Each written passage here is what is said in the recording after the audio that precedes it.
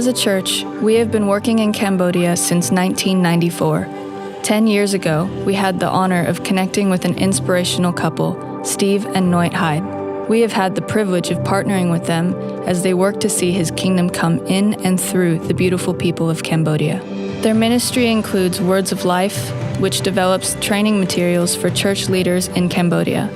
Today, it is the largest publisher of Christian literature. They also operate a nationwide training program, which currently has hundreds of church leaders being trained each year. In 2003, in an effort to disciple children who had no access to education, they started the Imparting Smiles Association, which has 2 children's centers, a university dormitory, and a women's center in different provinces of Cambodia. Recently, we spoke to Pauline to find out more about the Hope Center and the impact it is having on the community. The building we are in right now is called Hope Center. It's built about 5 years ago. So the vision around the Hope Center is to promote sanctity of human life. Abortion is one of the biggest issues all over the country. So we started teaching church leaders and pastors about sanctity of human life, also to fight abortion, which is very common throughout Cambodia. It is known that about 3,000 babies are aborted in Cambodia every month. We have a team of staff here.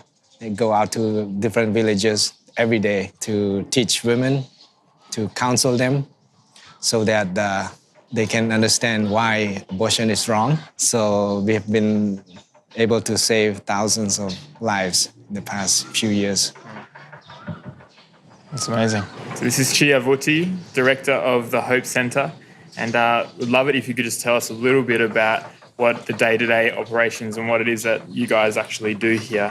យើងរាល់ថ្ងៃយើងធ្វើការពីថ្ងៃច័ន្ទដល់ថ្ងៃសុក្រ So the work here starts every day at 8:15, and the staff would gather together for a little devotion and prayer before they make their way out of the center to the villages. អធិដ្ឋានសម្រាប់គ្នាទៅវិញទៅមកនៅពេលដែលយើងចេញទៅហើយម៉ូតូរបស់យើង If you notice, there's a bunch of motorbikes downstairs. They're all in pink. So the significance about it is there is another NGO who use pink motorbike go out to the villages as well, but they are promoting abortion. So we do the same thing with pink motorbike, but we promote life and fight abortion. There is a set of teaching tools that they use when they reach out to the villages. So it has 3 steps. First step, they deal with general health education because the vision is to help women, children, and youth to be healthy holistically, both physical as well as spiritual. So after they're done with the health education, they would move to teaching about abortion. Why is abortion wrong? The solution is the gospel. So they would share the gospel, and that's the final step of the outreach program. So right now they are reaching out to 70 villages.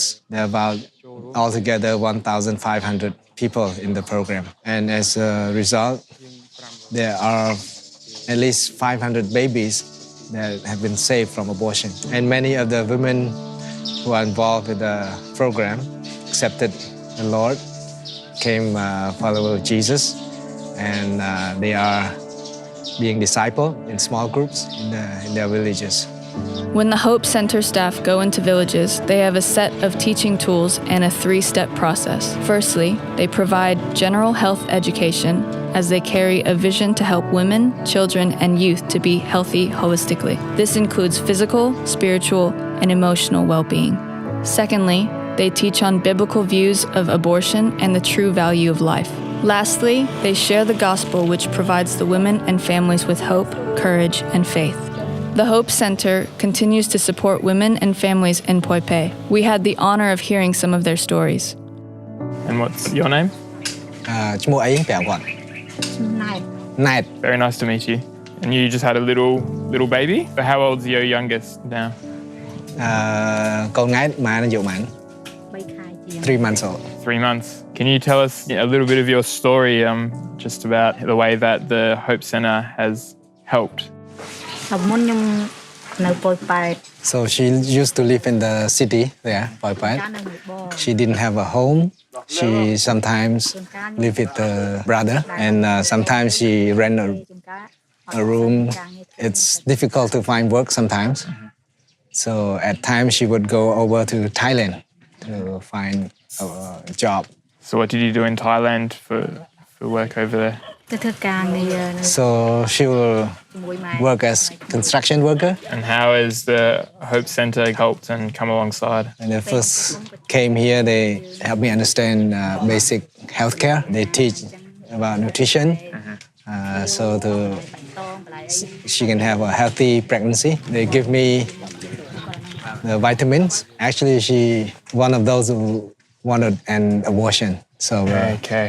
ជាភាពគ្រួសារអត់នេះបងគ្រួសារដូចសោកសោយអត់សូវមានលុយកាក់អញ្ចឹងណាអត់ចង់តន់បានកូនមួយទៀតទេហើយកូនចង់ឲ្យកូនធំសិន So he said the reason they wanted an abortion because they feel they cannot afford to raise another kids. ឲ្យគេលេបថ្នាំឲ្យគេលេបថ្នាំមកឆ្នាំយើងពជា They actually used some method of family planning, but somehow it failed and they got pregnant. They wanted to have an abortion since she already have, a life inside of her, even though she wanted to have an abortion, but she doesn't feel it is the right thing.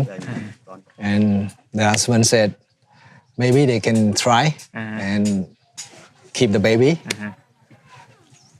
So they decided, to change their mind, not to have an abortion. So the family already made decision for Christ. Yeah. So they have a small group worship every week here. It's amazing. Thank you for sharing your story. Akun. Thank you.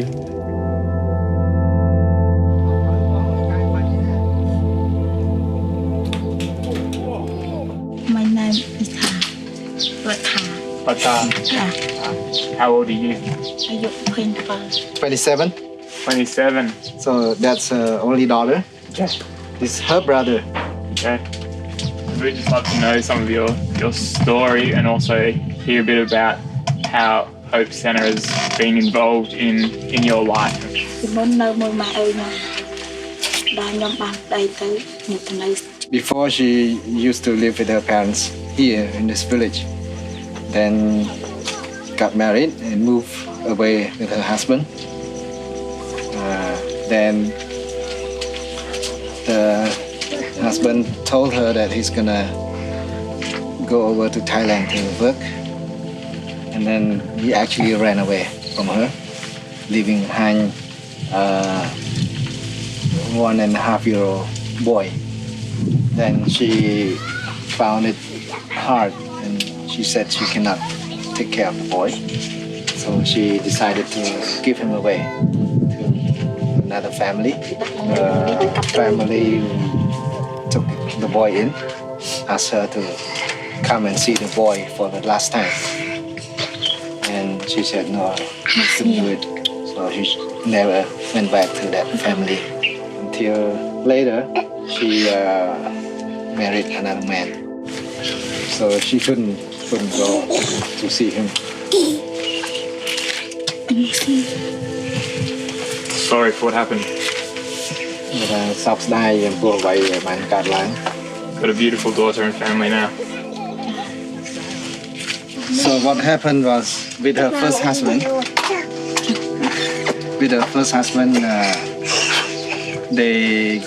She got pregnant twice.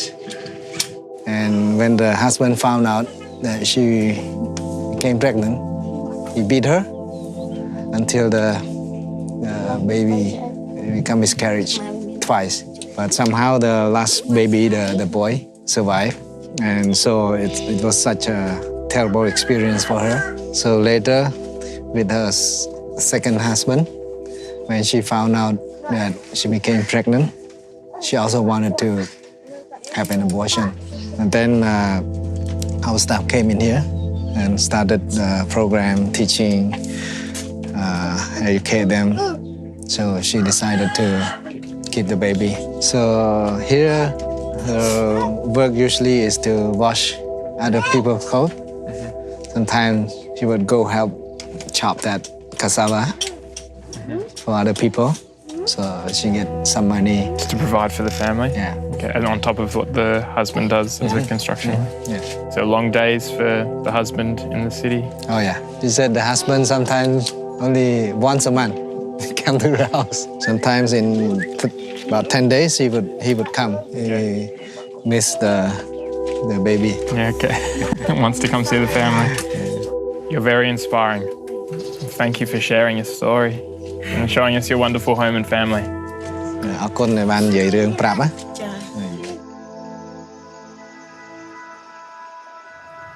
The ministry includes Imparting Smiles and children's centers in both Poipe and Craches. Imparting Smiles is committed to creating opportunities for impoverished children. They go beyond just providing enough food to eat, clean water to drink, and a place to live. They have a goal to give the children a strong education so that each of them can have the chance to make a better future for themselves, their families, and their villages. It was a privilege to meet Bunai, who is the director of Imparting Smiles in Poipe. Thank you for having us here today. Really appreciate it. And we'd love to know just a little bit about Imparting Smiles and the children here and what this facility here does and what you do as well. Here his job is to care for the children, both physical and spiritual needs. So the children would go to school and then he would help them with their education, check on them if they progress in their education at school. If they have any issues, so he would get, especially for the younger children, get the older children to help them with the homework and all that.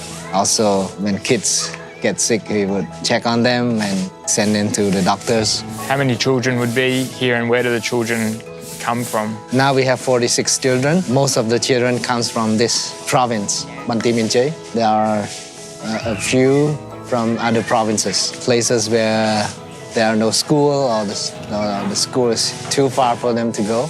And parents have no means to send them to school. So we take them in and take care of them. So at night, the kids would get into groups to study. And so he would stay with them until 10 or 10:30. Then all go to bed. So this is the 8th year that the center has been running. And so far, we've not had any major issues. Of those 8 years, how long have you been here for? From the beginning. Oh. And what brings you most joy of doing what you do? He sees how obedient the kids here are to the leaders. Also, they always worship the Lord together every week. It's amazing. Are there challenges that you face on a day-to-day basis? And for people who live in Australia, what's one way or what are some of the biggest needs that could be met here at the centre? So one of the challenges is lack of teachers to give extra teaching in terms of English and just general subjects. Because at the public school, sometimes they don't learn very much. They need, if they have teachers at the center, be a great help. And how many staff work here? Now only 2. Okay. So his wife is the cook. Very inspirational. So we used to have more staff, like teachers, but recently we couldn't find any. Okay. There's always challenges, but the fact that he is called by God to help children and empower them through education and taking care of them here, it's a privilege and it's a joy to see them grow and change. Steve and his team have a dream for a school in Poipe. The construction will happen in 3 phases. So far, the first phase is funded and it will provide 3 classrooms, an office, and a small playground. Phase 2 is not currently funded and will cost approximately $60,000. Phase 3? Well, that's a big dream. So this is the new Antioch School construction site? Yeah, Antioch International School Poipet. The ideas behind the school is to provide good quality education. The building you see, we just started about a month ago. The foundation's already being done. Do you know how many students it'll be able to handle and take? I think about 200. So the plan is to have multiple stories to the building. So we put in a lot of piling. And so it's Antioch International School. Does that mean it'll be Khmer curriculum or international or? In order to be recognized by the government, you have to follow the national curriculum. Yeah. And then we can add other curriculum. So far, we have 2 existing schools in Phnom Penh as well as in Sihanoukville province. Yeah. You mentioned that Steve had the initial plan and design was to build a big school. Yeah. Is this a part of the big school? Yeah, Design? the big school will be here. And if this gets built, how many students could both handle? 400 or 500. And there's enough of a need in the community for another school with 400 or 500? What does it cost people in the community to attend? So for other private schools, Yeah. they pay average of $30 a month, but I don't think we can, charge that much if we want to really work with lower income community. So it's more important to be able to reach out and help the community rather than just to have students come in. Right. Is that part of the mission of the Antioch school? Right. And many families, obviously, it's a sacrifice to send their kids to school. Do children get sponsored, or is there any churches that partner with you guys to sponsor children, or not so much? So far, we have not had any sponsor or type of help from outside. Yeah. So we do everything by faith and hope it works out. Yeah. How many teachers will you need to get started for 2019? At least 6, I think. Okay. And are there enough teachers in the community to meet that? Not yet. Another faith step. Right.